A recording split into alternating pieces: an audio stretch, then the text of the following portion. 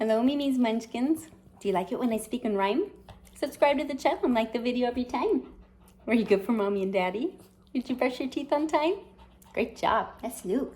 He's a friend of mine. Oh, Munchkins, tell me some news. I'm a little forgetful, so I wrote down some questions for you.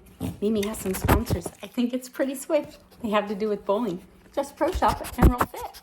And if you like craft burgers, fries, and tots, this place is a winner. Head on over to Holy Cow for lunch and dinner. And to all my subscribers, it means so much to me. A huge thank you from Mimi. Munchkins, did you play outside, make believe, and pretend? Did you play hard, and did you play with all your friends? Did you go to the park, maybe daycare, or maybe to school? Did you make friends, maybe some that were new? Did you play music, dance, and maybe sing? Did you play a sport, or maybe you went fishing? Did you play in the backyard? Look at maybe some bugs. Was there something in the dirt from the hole that your dad dug? Oh, Munchkins, you make me so proud. I think it's ready to read a book aloud. So sit back, relax, or snuggle in. Let Mimi Shell's bedtime stories begin. Today is Marc Brown's Arthur's Thanksgiving. Arthur's Thanksgiving. Arthur's class was so quiet, you could hear a pin drop.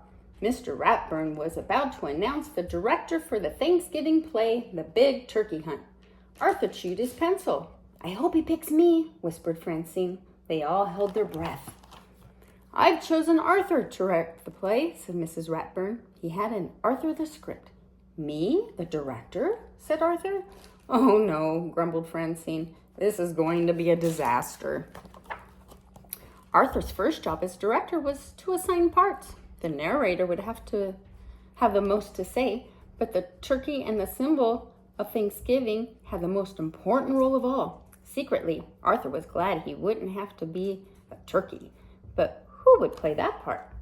At lunch, Francine gave Arthur 2 chocolate cupcakes. She wanted to be the narrator. Buster even let Arthur borrow his Captain Zoom spaceman.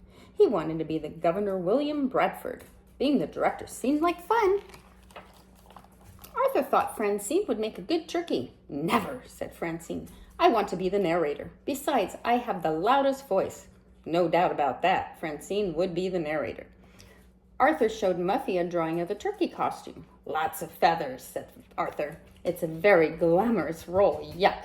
Vomitrocious, squealed Muffy. I should be the Indian princess. I have a real brain. I've saved the most intelligent part for you, explained Arthur. No way will I be the turkey, answered the brain. I'll be the Indian chief.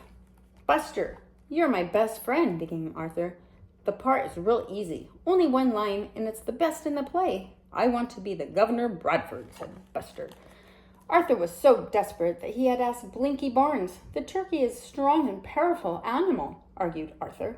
Yeah, without saying a word, it can make you look like a fool in front of the entire school, said Blinky. The play was only 6 days away. Where would Arthur find a turkey?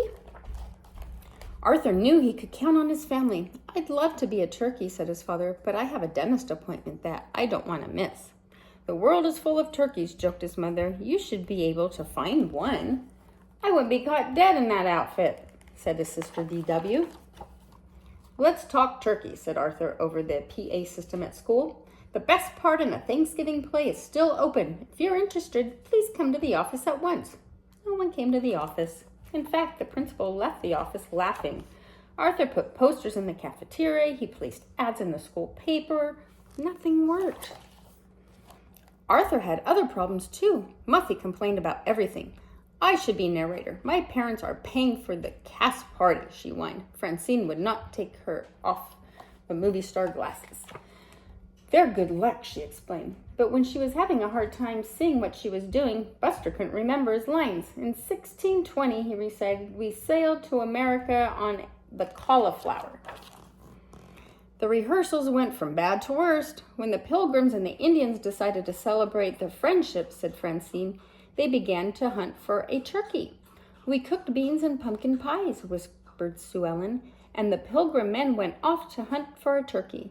We made cornbread and picked cranberries, said Muffy. Oops, and the Indian braves went on their own turkey hunt. Then it was time for Francine to present the turkey.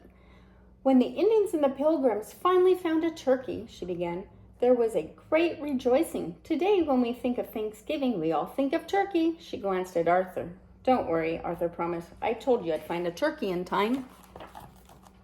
As a last resort, Arthur decided to rent a turkey, but that wasn't such a good idea.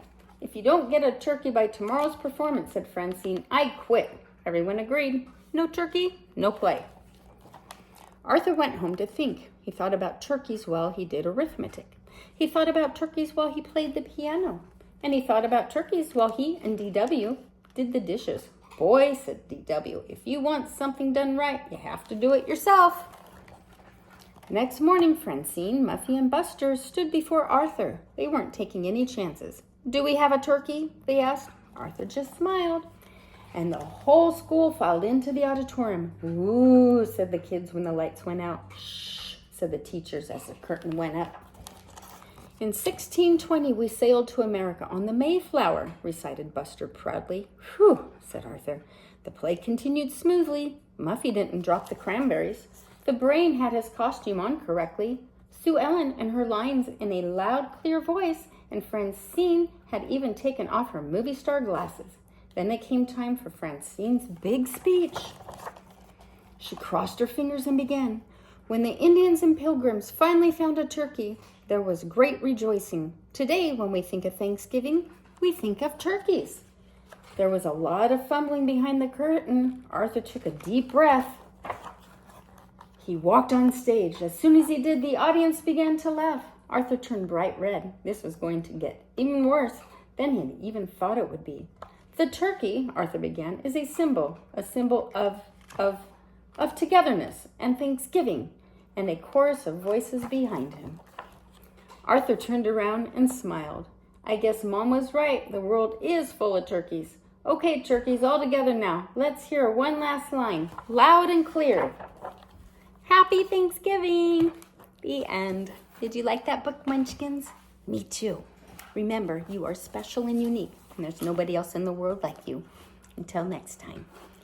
Oh, and remember, it's goodnight kisses. Mwah! Now give them to Mom and Dad. Now scurry off, it's time for bed. I'll see you next time. Love you.